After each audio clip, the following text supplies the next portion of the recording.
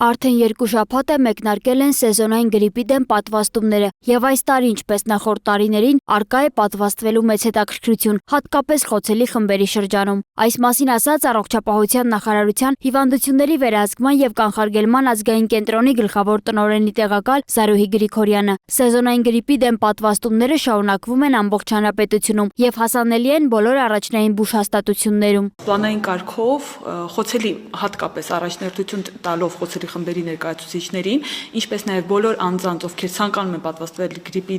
դեմ անկախ կցագրումից կամ քաղաքացիությունից, կարող են մոտենալ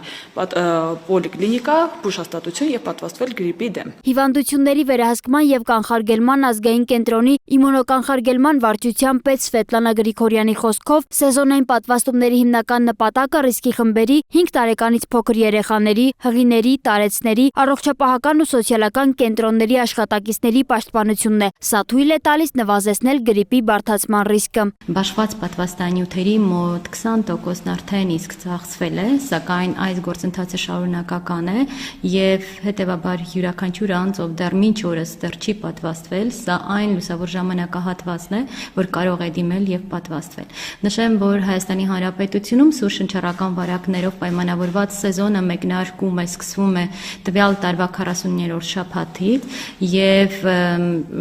այս սեզոնին հենց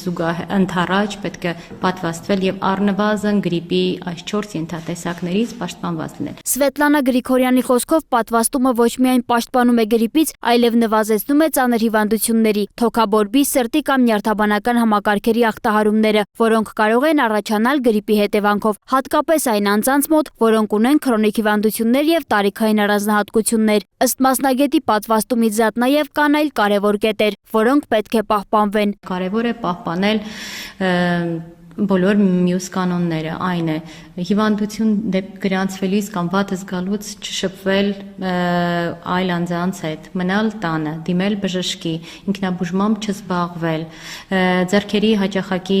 լվացում, այսինքն ձեռքերի հիգիենայի ապահովումը, փակ տարածքների հաճախակի օդափոխությունը,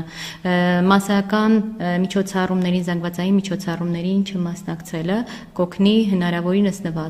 նվազեցնել վարակի տարածումը, ոչ միայն գրիպի, այլ նաև այլ սուր շնչառական վարակների առումով։ Նախորդ տարիների փորձը ցույց է տվել, որ սեզոնային պատվաստումների ակտիվությունն աստիճանաբար ավելանում է։ 2025 թվականին մոտ 200,000 տեղաչափ պատվաստանյութ է հատկացվել։ Սոնա Գիշյան, Free News, Ազատ լուրեր։